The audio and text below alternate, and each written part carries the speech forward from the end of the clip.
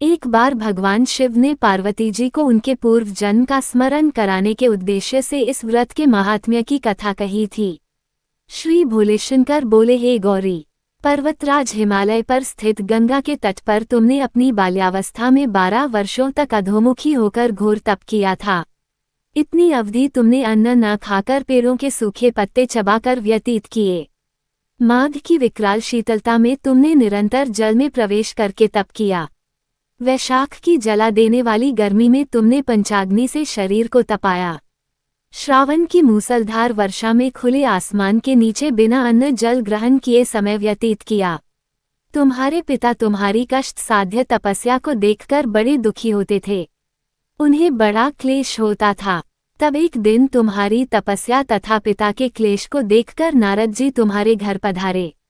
तुम्हारे पिता ने हृदय से अतिथि सत्कार करके उनके आने का कारण पूछा। नारद जी ने कहा, गिरिराज, मैं भगवान विष्णु के भेजने पर यहाँ उपस्थित हुआ हूँ। आपकी कन्या ने बड़ा कठोर तप किया है। इससे प्रसन्न होकर वे आपकी सुपुत्री से विवाह करना चाहते हैं। इस संदर्भ में आपकी राय जानना चाहता हूँ। नारद जी की बात सुनकर गिरिराज गदगद हो उठे। उनके तो जैसे सारे क्लेश ही दूर हो गए। प्रसन्नचित होकर वे बोले, श्रीमान, यदि स्वयं विष्णु मेरी कन्या का वरण करना चाहते हैं तो भला मुझे क्या आपत्ति हो सकती है। वे तो साक्षात ब्रह्म हैं। हे महर्षि, ये तो हर पिता की इच्छा होती है कि उसकी पुत्री सुख संपदा से युक्त पति के घर की लक्ष्मी बने। पिता की सार्थकता इसी में है कि पति के घर जाकर उसकी पुत्री पिता के घर से अधिक सुखी रहे। तुम्हारे पिता की स्वीकृति पाकर नारद जी विष्णु के पास गए और उनसे तुम्हारे ब्याह के निश्चित होने का समाचार सुनाया। मगर इस विवाह संबंध की बात जब तुम्हारे कान में पड़ी तो तुम्हारे दुख का ठिकाना न रहा। तुम्हारी एक सखी ने तुम्हारी इस मानसिक दशा को समझ लिया और उसने तुमसे उस विक्षिप्तता का कारण जानना चाहा। तब तुमने बताया, मैंने सच्चे हृदय से भगवान शिव शंकर का वरण किया है, किंतु मेरे पिता ने मेरा विवाह विष्णु जी से निश्चित कर दिया।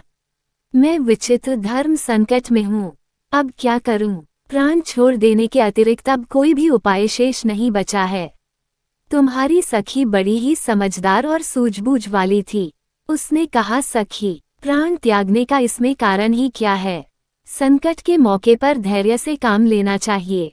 नारी के जीवन की सार्थकता इसी में है कि पति रूप में हृदय से जिसे एक बार स्वीकार कर लिया, जीवन पर्यंत उसी से निर्वाह करें। सच्ची आस्था और एकनिष्ठा के समक्ष तो ईश्वर को भी समर्पण करना पड़ता है। मैं तुम्हें घनघोर जंगल में ले चलती हूँ, जो साधना स्थली भी हो और जहाँ तुम्हारे पिता तुम्हें खोज भी न पाएं। वहाँ तुम साधना में लीन हो जाना।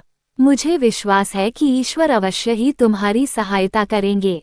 तुमने ऐसा ही किया। तुम्हारे पिता तुम्हें घर पर न पाकर बड़े दुखी तथा चिंतित हुए। वे सोचने लगे कि तुम जाने कहाँ चली गई। मैं विष्णु जी से उसका विवाह करने का प्रण कर चुका हूँ। यदि भगवान विष्णु बारात लेकर आ गए और कन्या घर पर न हुई तो बड़ा अपमान होगा। मैं तो कहीं मुंह दिखाने के योग्य भी नहीं रहूंगा। यही सब सोचकर गिरिराज ने जोर शोर से तुम्हारी खोज शुरू करवा दी। इधर तुम्हारी खोज होती रही और उधर तुम अपनी सखी के साथ नदी के तट पर एक गुफा में मेरी आराधना में लीन थीं। भाद्रपद शुक्ल तृतीया को हस्त नक्षत्र था। उस दिन तुमने रेत के शिवलिंग का निर्माण करके व्रत किया। रात भर मेरी स्तुति के गीत गाकर जागी।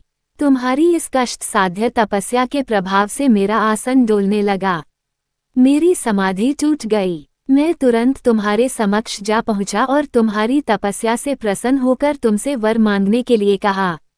तब अपनी तपस्या के फलस्वरूप मुझे अपने समक्ष पाकर तुमने कहा, मैं हृदय से आपको पति के रूप में वरण कर चुकी हूँ। यदि आप सचमुच मेरी तपस्या से प्रसन्न होकर आप यहाँ पधारे हैं तो मुझे अपनी अर्धांगिनी के रूप में स्वीकार कर लीजिए। तब मैं तथास्तु कहकर कैलाश पर्वत पर लौट आया। प्रातः होते ही तुमने पूजा की समस्त सामग्री को नदी में प्रवाहित करके अपनी सहेली सहित व्रत का पालना किया।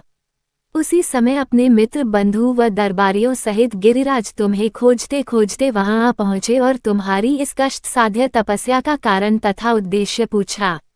उस समय तुम्हारी दशा को देखकर गिरिराज अत्यधिक दुखी हुए और पीड़ा के कारण उनकी आंखों में आंसू उमड़ आए थे। तुमने उनके आंसू पोंछते हुए विनम्र स्वर में कहा, पिताजी, मैंने अपने जीवन का अधिकांश समय कठोर तपस्या में बिताया है। मेरी इस तपस्या का उद्देश्य केवल यही था कि मैं महादेव को पति के रूप में पाना चाहती थी।